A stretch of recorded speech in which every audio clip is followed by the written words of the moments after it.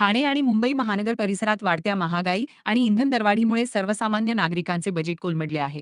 Petrol आणि डिझेलच्या दरात सातत्याने वाढ झाल्याने प्रवास आणि मालवाहतूक महागली आहे. या दुहेरी फटक्यामुळे वाहतूक खर्च वाढल्याने भाजीपाला, किराणा आणि इतर जीवनावश्यक वस्तू महागल्या आहेत. या वाढत्या महागाईमुळे सर्वसामान्य नागरिक, व्यावसायिक, गृहिणी, टू व्हीलर ट्रेनिंग स्कूल आदींचे दैनंदिन बजेट पूर्णपणे कोलमडले पाहायला मिळत आहे. पेट्रोल आणि डिझेलच्या दरात लिटरमागे तब्बल 3 ते 8 रुपयांपर्यंत वाढ झाली असून येणाऱ्या काळात जर असंच दरवाढ होत राहिली, तर व्यवसाय बंद करण्याची वेळ येणार असल्याची भीती व्यावसायिकांनी व्यक्त केली आहे. पहले हमको सिलेंडर आता था 1600-1700 रुपये में। अभी आज की डेट में सिलेंडर 4,500 में आ रहा है। और मैं ये युद्ध बंद होने के बावजूद मेरे पे यहाँ 2100 रुपये में सिलेंडर आ रहा था। इसके बाद में 999 रुपया फिर बढ़ गया। अभी 3500 रुपये में सिलेंडर आ रहा है आज की डेट में। और कुछ ऐसी नौबत है कि धंधा बंद करने की कंडीशन है, क्योंकि इसमें हो ही नहीं रहा है। पहले 1600 में आ रहा था, 1600, इसके पहले 1500, 1300, मतलब हर महीने में बढ़ता था। 100 रुपया 50 रुपये का फर्क रहता था। लेकिन अभी डायरेक्ट 3000, 3500 के लमसम में आ रहा है, जबकि पेपर होने के बावजूद भी यही कंडीशन है। चाय का भाव बढ़ गया है क्या? और गैस का भाव ग्राहक बढ़ गया है। ग्राहक क्या बोल रहे हैं? ग्राहक तो क्या बोल रहे हैं, उनको तो वही क्वालिटी चाहिए, वही रेट चाहिए। ग्राहक तो अभी डेली के अपने कस्टमर हैं। अभी कोई बंदा आता है, भिखारी लोग हैं, 5 रुपए की चाय भी तो पीते हैं, वो 5 की मांगेगा ना बेचारा।